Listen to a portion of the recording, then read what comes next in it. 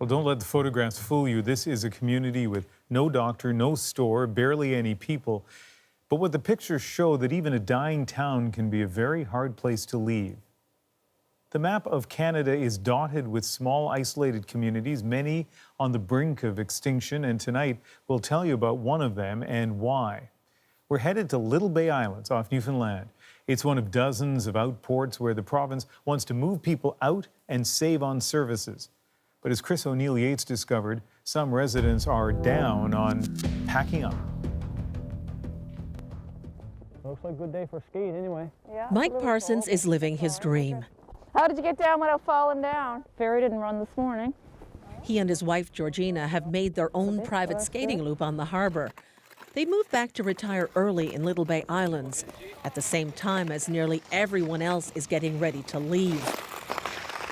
In the winter, there are only 46 people who live here. Myself and Georgina, we wanted to become part of the community while it still existed as a community. We absolutely love it. We're outdoors people. We ski, we skate, we snowmobile, we're boating people. So all the things that we love to do are here in Outport, Newfoundland. Money can't buy the happiness that this place brings us. Little Bay Islands is breathtakingly beautiful, but the province believes it can save money by resettling towns like this. The new resettlement policy has the government offering its residents up to $270,000 to move to bigger communities. It will save millions of dollars. The decision to stay or go has created a rift among the handful of residents. I totally get why people want to leave. I totally get why there's some people that might want to stay. I think it's a bad program, primarily because it targets rural Newfoundland to depopulate it. It's the isolated ones, the small ones, the ones that to a large degree, by the way, are a major attraction to tourists coming to this province. Peter Fenwick is an innkeeper. He's also the mayor of Cape St. George, which is about 370 kilometers away from Little Bay Islands. He's a vocal critic of resettlement. So what happens is people stay, even if they don't want to stay.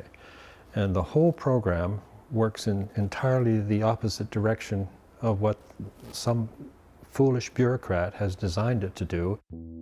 In some cases, Fenwick says people are holding off moving until they can get the government payouts. That only happens when 90% of residents are on board.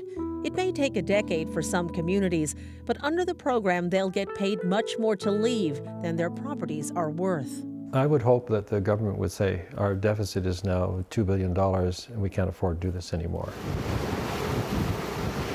Take Little Bay Islands. There, the government built a ferry that was too big and costly to start with.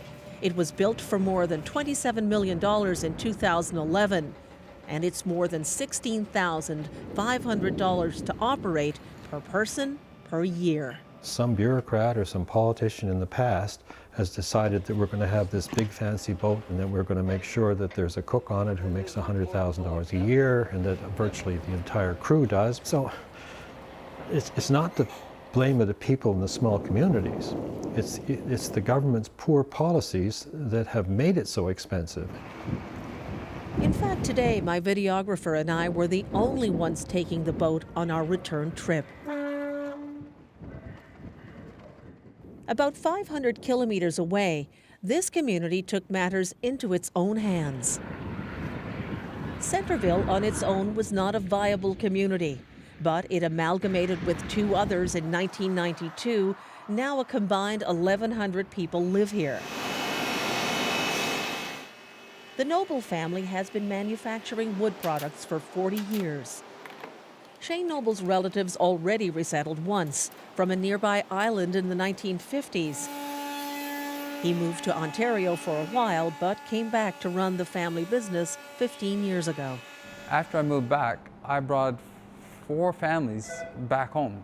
I was like, I've got an opportunity. You come back? Yeah. Every one of them did. The community itself could easily disappear, but there's 5 or 6 manufacturers here. There's different people here with the mentality that we want to be here. So we create our own opportunities. One of the new opportunities he's pursuing is a line of affordable modular furniture. People just don't understand how much opportunity there is in Outport. And that's where Alexa Perry comes in. As a child, she moved out of Newfoundland when her parents lost their jobs in the cod collapse. If I told anybody that I was moving to Newfoundland to do marketing, they'd think I was insane.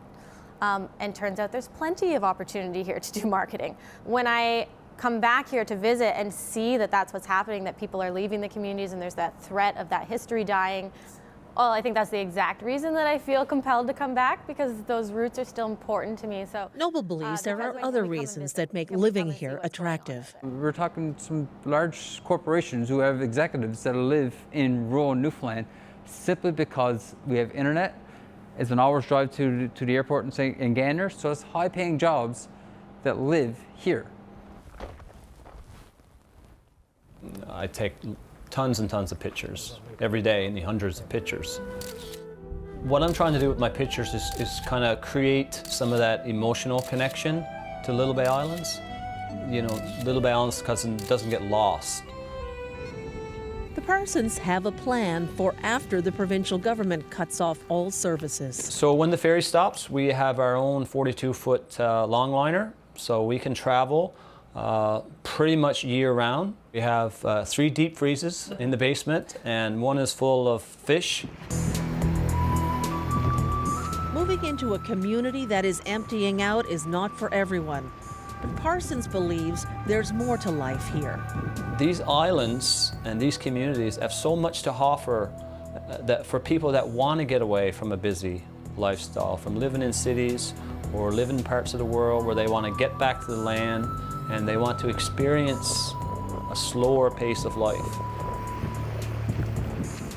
A life where he and his wife will have the entire island to themselves.